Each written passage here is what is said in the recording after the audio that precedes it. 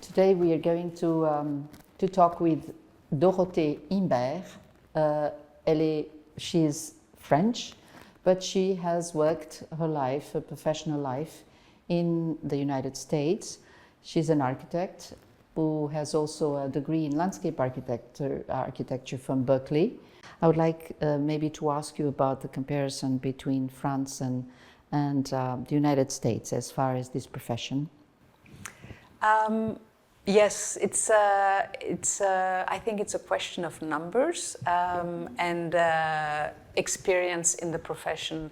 The United States has a little bit of an advantage because they created the association of the Society of Landscape Architects earlier. So it was, 1899, 1900, and the first program at Harvard to teach landscape architecture a year after. And so the sort of possibility of having a longer time span in terms of teaching landscape architecture and practicing landscape architecture and having a recognition of landscape architecture, I think has played a role in the identity of the profession. France had a very strong tradition of garden design, of course. So they could build on that, but they were a little bit smaller in terms of their position in relation vis-a-vis architecture. Yes.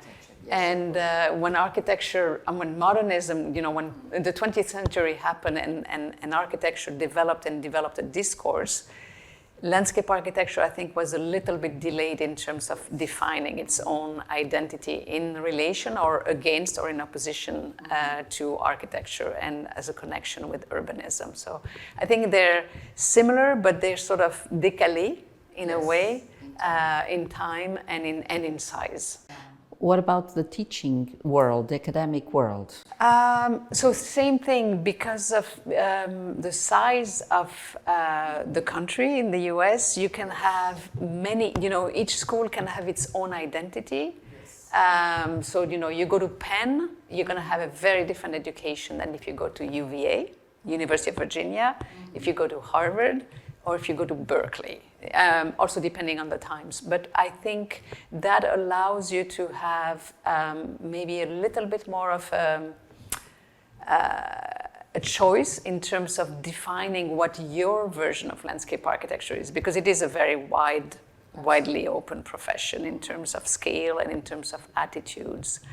And the broad ground where we work, because there's one thing I find, I don't know if I'm right, please let me know, but I think that the French way of working has lost the large scale of landscape planning, which in the United States can still be within the profession range of responsibilities. Right. We don't see aménagement du territoire done by landscape architects. That's probably true. And it may be, in fact, the reverse in the US, is that it's become more a profession dealing with systems, ecological system, hydrographic systems, soils, fluxes.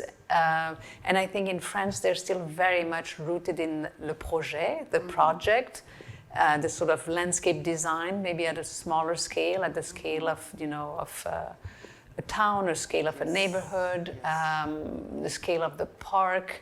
But the sort of, there are some people who actually work with that scale, is maybe people like Michel Desvignes, or even Courajou before, the kind of large regional park. But the sort of translation of scale from project to region is something that is perhaps, as you point out, more American, more focused on it. As for the modernist time that we are doing and presenting and discussing and exchanging, actually, in this exchange conference here in Brussels, I would like to question how after the war, how much of that was, how can you see the the interest of that moment as a blending of the two things with an aesthetical preparation and an ecological preparation. How did the architects do, landscape architects I should say, in this world of a modern world? Yeah, so I'm more familiar perhaps with the French example for the post-war than others, but what struck me is that, there was this kind of reset after the war. There was this kind of difficult moment of the, what is called the dark years, les années noires, of Germany and French collaboration and what was happening at that time. And when, after the war, there was this tremendous opportunity for les Trente Glorieuses, the country was kind of in this boom of building, infrastructure, housing, planning, transformation of agriculture. There was this whole remembrement response.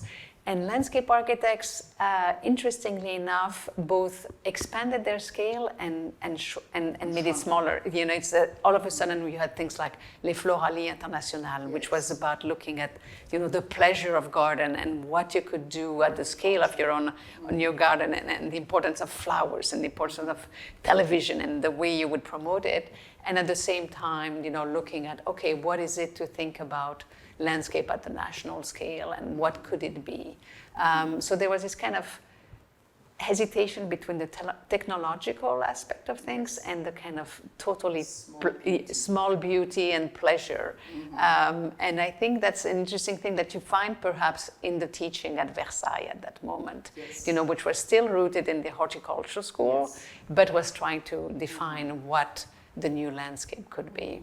But it's fascinating to see, what is being talked in the conference, because it's like, today, what Imke talked about with the Dutch, it's like, it's very close to France, and yet you don't know what's going on. And, hearing about Boer, hearing about Polak Daniels, who I knew only from IFLA, but I had never seen anything. So that's a fantastic opportunity for us to sort of connect all the dots, because we're all kind of working in our own little territory.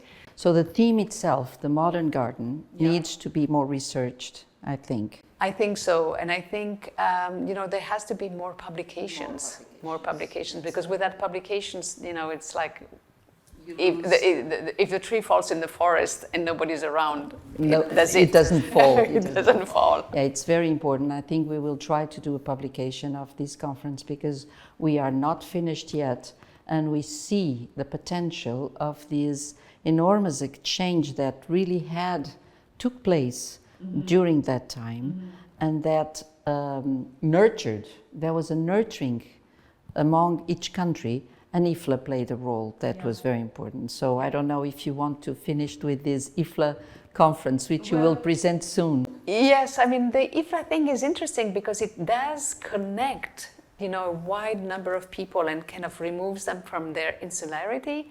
But at the same time, I think it has the effect of weakening the national organizations and the exchanges that took place at smaller scale. So that's an interesting, I don't know, because like what happens with IFLA nowadays in respect to design and the influence they have on each national organization is an interesting thing, but I don't have an answer for it. It's more like a... Yes, we need to research, yes. There's much more to do.